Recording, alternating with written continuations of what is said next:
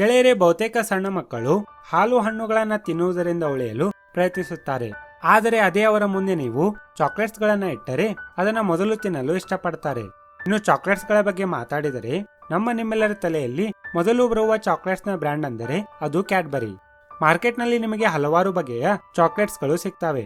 ಆದ್ರೆ ಕ್ಯಾಡ್ಬರಿಯ dairy milk, five star ಮತ್ತು James ನಂತಹ ಚಾಕ್ಲೇಟ್ಸ್ ಗಳ ಟೇಸ್ಟ್ ಬೇರೆನೇ ಆಗಿರುತ್ತೆ. ಈ ಚಾಕ್ಲೇಟ್ಸ್ ಗಳ ಎದುರಿಗೆ ನಿಂತು ಕಾಂಪಿಟೇಷನ್ ಕೊಡುವಂತಹ ಬೇರೆ ಚಾಕ್ಲೇಟ್ಸ್ ಗಳಿಲ್ಲ. ಈ ವಿಡಿಯೋದಲ್ಲಿ ಹಲವಾರು ದಶಕಗಳಿಂದ ಚಾಕ್ಲೇಟ್ ನ ಇಂಡಸ್ಟ್ರಿಯನ್ನ ಆಳುತ್ತಿರುವ ಕ್ಯಾಡ್ಬರಿಯ ಸಕ್ಸಸ್ ಸ್ಟೋರಿ ಮತ್ತು ಅದರ ಹಿಂದಿನ ಹಿಸ್ಟ್ರಿಯ ಬಗ್ಗೆ ತಿಳಿದುಕೊಳ್ಳೋಣ. ಗೆಳೆಯರೇ, ನೀವಿನ್ನೂ ನಮ್ಮ ಚಾನಲ್ಗೆ ಸಬ್ಸ್ಕ್ರೈಬ್ ಆಗಿಲ್ಲ ಅಂದರೆ ಕೆಳಗೆ ಕಾಣಿಸುವ ರೆಡ್ ಕಲರ್ ಸಬ್ಸ್ಕ್ರೈಬ್ ಬಟನ್ ಮೇಲೆ ಕ್ಲಿಕ್ ಮಾಡಿಕೊಂಡು ನಮ್ಮ ಚಾನಲ್ಗೆ ಸಬ್ಸ್ಕ್ರೈಬ್ ಆಗಿ ಮತ್ತು ಹೊಸ ವಿಡಿಯೋಗಳ ನೋಟಿಫಿಕೇಶನ್ಗಾಗಿ ಪಕ್ಕದಲ್ಲಿರುವ ಬೆಲ್ ಬಟನ್ ಮೇಲೆ ಕ್ಲಿಕ್ ಮಾಡಿ. Thank you. ಜಾನ್ ಕ್ಯಾಡ್ಬರಿ ಎಂಬುವರಿಂದ ಈ ಕಥೆಯು ಶುರುವಾಗುತ್ತೆ. ಇವರ ಜನ್ಮವು ಸುಮಾರು 219 ವರ್ಷಗಳ ಹಿಂದೆ ಬ್ರಿಟನ್ನಿನ ಬರ್ಮಿಂಗ್ ಹ್ಯಾಮ್ನಲ್ಲಾಗುತ್ತೆ. ಜಾನ್ ಇವರು ಕ್ವಾಕರ್ ಧರ್ಮದವರಾಗಿರ್ತಾರೆ ಮತ್ತು ಈ ಧರ್ಮದವರು ಯಾವುದೇ ಚರ್ಚ್ ಅಥವಾ ಧಾರ್ಮಿಕ ಕೇಂದ್ರಗಳಲ್ಲಿ ಹೋಗದೇ ಇರುವುದರಿಂದ ಸಮಾಜದಲ್ಲಿ ಇವರಿಗೆ ಬೇರೆ ದೃಷ್ಟಿಯಿಂದಲೇ ನೋಡಲಾಗುತ್ತಾ ಇರುತ್ತೆ.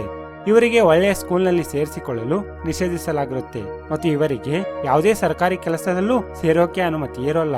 ಇದರಿಂದಾಗಿ ಅವರಲ್ಲಿ ಉಳಿದಿದ್ದು ಒಂದೇ ಆಪ್ಷನ್ ಇರುತ್ತೆ, ಅದು ತಮ್ಮ ಸ್ವಂತ ಬಿಸ್ನೆಸ್ ಅನ್ನ ಮಾಡುವುದು.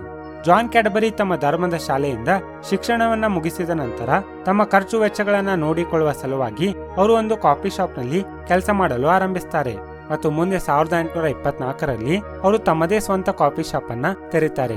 ಅಲ್ಲಿ ಅವರು ಕಾಫಿನೊಂದಿಗೆ ಚಹಾ ಮತ್ತು ಚಾಕ್ಲೇಟ್ ಡ್ರಿಂಕ್ ಅನ್ನ ಮಾರುತ್ತಾ ಇರ್ತಾರೆ. ಮುಂದೆ ಕೆಲವು ವರ್ಷಗಳ ಎಕ್ಸ್ಪೀರಿಯನ್ಸ್ ನಿಂದ ನೋಡಿದಾಗ ಅವರಲ್ಲಿ ಕಾಫಿ ಮತ್ತು ಚಹಾ ಕುಡಿಯುವರಿಗಿಂತ ಚಾಕ್ಲೇಟ್ ಡ್ರಿಂಕ್ ಅನ್ನ ಕುಡಿಯುವರ ಸಂಖ್ಯೆನೇ ಹೆಚ್ಚಾಗಿರುತ್ತೆ. ಇದರಿಂದಾಗಿ ಅವರು 1831ರಿಂದ ಅವರು ಚಹಾ ಮತ್ತು ಕಾಫಿಯನ್ನ ಬಿಟ್ಟು ಕೇವಲ ಚಾಕ್ಲೇಟ್ ಡ್ರಿಂಕ್ ನ ಮೇಲೆ ಫೋಕಸ್ ಮಾಡುತ್ತಾ ಹೋಗ್ತಾರೆ ಮತ್ತು ಇದರ ಡಿಮ್ಯಾಂಡ್ ಬೆಳೆಯುತ್ತಾ ಹೋದಂತೆ ಅವರು ತಮ್ಮ ಮೆನುವಿನಲ್ಲಿ 16 ತರಹದ ಬೇರೆ ಬೇರೆ ವೆರೈಟಿಯ ಚಾಕ್ಲೇಟ್ ಡ್ರಿಂಕ್ ಅನ್ನ ಆಡ್ ಮಾಡ್ತಾರೆ. ಇದರಿಂದಾಗಿ ನೋಡುತ್ತಲೇ ಜಾನ್ ಕ್ಯಾಡ್ಬರಿ ಅವರ ಆಸುಪಾಸಿನ ಎಲ್ಲಾ ಏರಿಯಾಗಳಲ್ಲಿ ಅವರು ತಮ್ಮ ಕ್ಯಾಡ್ಬರಿಯ ಚಾಕ್ಲೇಟ್ ಡ್ರಿಂಕ್ ನಿಂದ ಫೇಮಸ್ ಆಗ್ತಾರೆ ಮತ್ತು ಮುಂದೆ 1847ರಲ್ಲಿ ಜಾನ್ ಅವರು ತಮ್ಮ ಅಣ್ಣ ಬೆಂಜಾಮಿನ್ ಅನ್ನು ಸಹ ತಮ್ಮ ಬಿಸ್ನೆಸ್ ನಲ್ಲಿ ಸೇರಿಸಿಕೊಳ್ತಾರೆ ಮತ್ತು ಇವರಿಬ್ಬರು ಸೇರಿ ಬ್ರಿಡ್ಜ್ ಸ್ಟ್ರೀಟ್ ನಲ್ಲಿ ಒಂದು ದೊಡ್ಡ ಫ್ಯಾಕ್ಟರಿಯನ್ನ ತೆರೀತಾರೆ. ಗೆಳೆಯರೆ, ಕ್ಯಾಡ್ಬರಿ ಇದು ಸ್ಟಾರ್ಟಿಂಗ್ ನಿಂದಲೇ ತನ್ನ ಕ್ವಾಲಿಟಿಯಿಂದಾಗಿ ಪರಿಚಯವಾಗಿರುತ್ತೆ ಮತ್ತು ಇದರಿಂದಾಗಿ ಮುಂದೆ 1854ರಲ್ಲಿ ರಾಣಿ ವಿಕ್ಟೋರಿಯಾ ಇವರ ಕಂಪನಿಗೆ ರಾಯಲ್ ವಾರಂಟ್ ನ ಸರ್ಟಿಫಿಕೇಟ್ ಅನ್ನ ನೀಡ್ತಾಳೆ. ಯಾವ ಕಂಪನಿಯ ಪ್ರಾಡಕ್ಟ್ ಅದು ಬೆಸ್ಟ್ ಕ್ವಾಲಿಟಿಯನ್ನ ಹೊಂದಿರುತ್ತದೆಯೋ ಮತ್ತು ರಾಣಿ ವಿಕ್ಟೋರಿಯಾ ತಾನು ಕೂಡ ಬಳಸುತ್ತಿದ್ದ ಪ್ರಾಡಕ್ಟ್ ಗಳಿಗೆ ಮಾತ್ರ ಈ ಸರ್ಟಿಫಿಕೇಟ್ ಸಿಗುತ್ತಾ ಇರುತ್ತೆ. ಇದರಿಂದಾಗಿ ಮುಂದೆ ಕ್ಯಾಡ್ಬರಿಯು ಪೂರ್ತಿ ಬ್ರಿಟನ್ ನಲ್ಲಿ ಫೇಮಸ್ ಆಗುತ್ತೆ ಮತ್ತು 1860ರಲ್ಲಿ ಬಿಸ್ನೆಸ್ ನಲ್ಲಿನ ಕೆಲವೊಂದು ವಿವಾದಗಳಿಂದ ಬೆಂಜಾಮಿನ್ ಅವರು ಜಾನ್ ಕ್ಯಾಡ್ಬರಿಯಿಂದ ಪಾರ್ಟ್ನರ್ಶಿಪ್ ಅನ್ನ ಮೆರೆದು ಸೆಪರೇಟ್ ಆಗ್ತಾರೆ. ಇದರ ನಂತರ ಜಾನ್ ಅವರ ವಯಸ್ಸು ಕೂಡ ಹೆಚ್ಚಾಗುತ್ತಾ ಹೋಗುತ್ತೆ. ಇದರಿಂದಾಗಿ ಅವರು ತಮ್ಮ ಕಂಪನಿಯನ್ನ ನಡೆಸೋಕೆ ತಮ್ಮ ಇಬ್ಬರು ಮಕ್ಕಳು ರಿಚಾರ್ಡ್ ಮತ್ತು ಜಾರ್ಜ್ಗೆ ನೀಡ್ತಾರೆ. ಇವರಿಬ್ಬರು ಸೇರಿ ಕಂಪನಿಯಲ್ಲಿ ಹಲವಾರು ಪರಿವರ್ತನೆಗಳನ್ನ ಮಾಡಿ ಹೊಸ ಹೊಸ ಪ್ರಾಡಕ್ಟ್ ಗಳನ್ನ ತಂದು ಅವುಗಳನ್ನ ಬೇರೆ ದೇಶಗಳಿಗೂ ಎಕ್ಸ್ಪೋರ್ಟ್ ಮಾಡುತ್ತಾ ಹೋಗ್ತಾರೆ. ಇದರ ಮಧ್ಯದಲ್ಲಿ 11ನೇ ಮೇ 1889ರಲ್ಲಿ ಕ್ಯಾಡ್ಬರಿಯ ಫೌಂಡರ್ ಜಾನ್ ಕ್ಯಾಡ್ಬರಿ ಅವರ ಮರಣವಾಗುತ್ತೆ ಮತ್ತು ಅದರ ಮುಂದಿನ 10 ವರ್ಷದಲ್ಲಿ ಅವರ ಮಗ ರಿಚಾರ್ಡ್ ಸಹ ಮರಣಗೊಳ್ಳುತ್ತಾರೆ. ಇದರ ನಂತರ ಉಳಿದವರು ಜಾರ್ಜ್ ಮಾತ್ರ ಮತ್ತು ಅವರು ತಮ್ಮ ರಿಟೈರ್ಮೆಂಟ್ ನ ಮುಂಚೆ ಇಂತಹ ಪ್ರಾಡಕ್ಟ್ ಅನ್ನ ಆವಿಷ್ಕಾರ ಮಾಡ್ತಾರೆ ಎಂದರೆ ಇದರಿಂದ ಅವರ ಕಂಪನಿಯು ಇಂದಿಗೂ ಜೀವಂತವಾಗಿದೆ.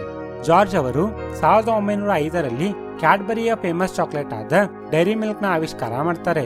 ಅವರು ಇದರ ರಿಸರ್ಚ್ ಅನ್ನ 1897ರಿಂದಲೇ ಮಾಡುತ್ತಾ ಇರ್ತಾರೆ. ಜಾರ್ಜ್ ಕ್ಯಾಡ್ಬರಿ ಚಾಕ್ಲೇಟ್ ನ ಪೌಡರ್ ಅನ್ನ ಹಾಲಲ್ಲಿ ಹಾಕಿ ಅದರಲ್ಲಿ ಸಕ್ಕರೆಯನ್ನ ಮಿಕ್ಸ್ ಮಾಡ್ತಾರೆ ಮತ್ತು ಅದರ ಮಿಶ್ರಣವನ್ನ ಬಿಸಿಲಿನಲ್ಲಿ ಒಣಗಿಸಿದಾಗ ಅದರ ಟೇಸ್ಟ್ ಅದ್ಭುತವಾಗಿರುತ್ತೆ. ಹೀಗೆ ಕ್ಯಾಡ್ಬರಿಯ ಬ್ರ್ಯಾಂಡ್ ನ ಫೇಮಸ್ ಚಾಕ್ಲೇಟ್ ಆದ ಡೈರಿ ಮಿಲ್ಕ್ ಚಾಕ್ಲೇಟ್ ತಯಾರಾಗುತ್ತೆ. 1948ರಲ್ಲಿ ಕ್ಯಾಡ್ಬರಿಯು ಭಾರತದಲ್ಲಿ ಕಾಲಿಡುತ್ತೆ ಮತ್ತು ಇದರ ಒಳ್ಳೆಯ ಕ್ವಾಲಿಟಿ ಹಾಗೂ ಟೇಸ್ಟ್ ನಿಂದಾಗಿ ಇದು ಜನರ ನೆಚ್ಚಿನ ಚಾಕ್ಲೇಟ್ ಕೂಡ ಆಗುತ್ತೆ.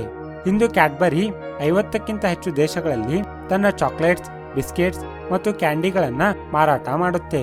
ಕ್ಯಾಡ್ಬರಿ ಕಂಪನಿಯು ಇಂದು ಟಾಪ್ ಬ್ರ್ಯಾಂಡ್ಗಳಲ್ಲಿ ತಾನೂ ಕೂಡ ಒಂದಾಗಿದ್ದು ಇವರ ಕಂಪನಿಯ ಒಟ್ಟು ಮೌಲ್ಯ $19 ಬಿಲಿಯನ್ ಆಗಿದೆ.